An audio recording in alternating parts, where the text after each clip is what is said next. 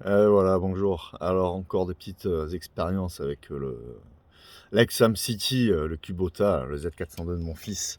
On avait une fuite, au liquide de refroidissement que j'arrivais pas à trouver. Bon, le bouchon avait été, bouffé, donc je pensais que ça venait de là et la dernière fois, il m'appelle en me disant que, il mettait de l'eau, il voyait l'eau couler sous le moteur et j'ai dit: «Au niveau de la boîte de du pont de transfert là». Et j'ai dit que c'était pas possible, donc moi je me suis placé, je suis allé voir. Effectivement, comme étant de l'eau, on voyait ça couler, et en fin de compte, la panne, c'était la pastille de sablage qu'on a derrière la culasse qui a sauté, enfin, qui s'est percée. Donc, je vais vous expliquer comment je vais pour la remplacer, ça peut peut-être vous intéresser. Et d'autres petites choses avec le filtre, le pré-filtre, et puis la tresse d'échappement, et puis les bougies de préchauffage. Voilà. Donc la pastille, que moi qui a percé, elle était située juste derrière le moteur. Je vous montre. Voilà. Ouais, on a le bourrin qui est là. Donc comme on avait mis de l'eau dedans, parce qu'il y avait la fuite, on n'avait pas gargé de liquide, c'est peut-être même ça qui l'a fait percer. Ou la fuite venait de là ou pas de là, on verra bien. Donc la pastille, on l'a ici, voilà, derrière.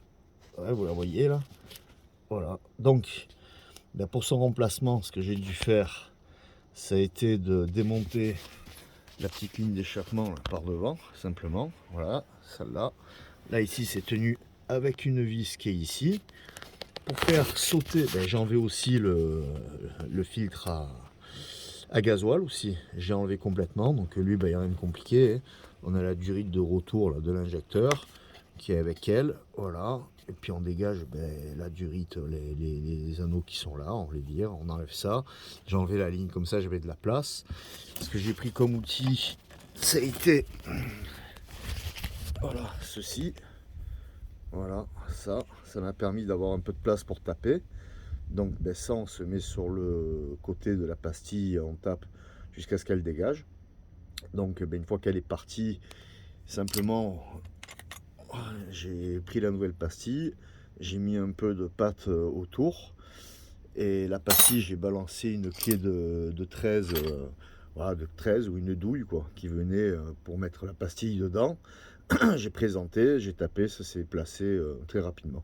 Ça n'a pas été le souci. D'ailleurs, bon, là, il n'y a plus de fuite à ce niveau-là, c'est une certitude.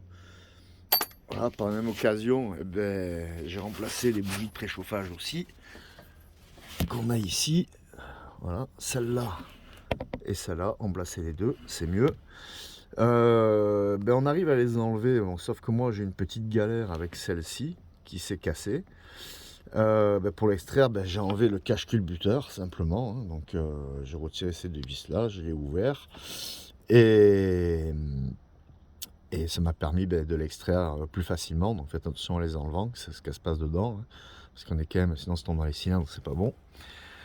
Voilà, donc après j'ai changé la tresse qu'on voit là-bas, parce qu'elle avait une fuite dessus, elle était complètement bouffée sur son extrémité plus côté pot d'échappement.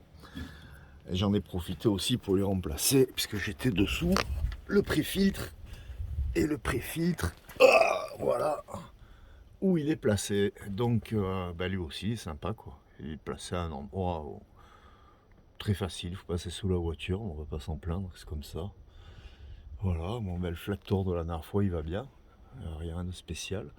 Là, je vois, il y en a le reniflard, là, on a une fuite, enfin, c'est pas tout à fait une fuite, c'est toute l'huile du reniflard qui vient dégager ici. Bon, là, je vois qu'on a une petite fuite ici, donc ça, je vais lui refaire. Et ça a été sympa encore, cette histoire-là.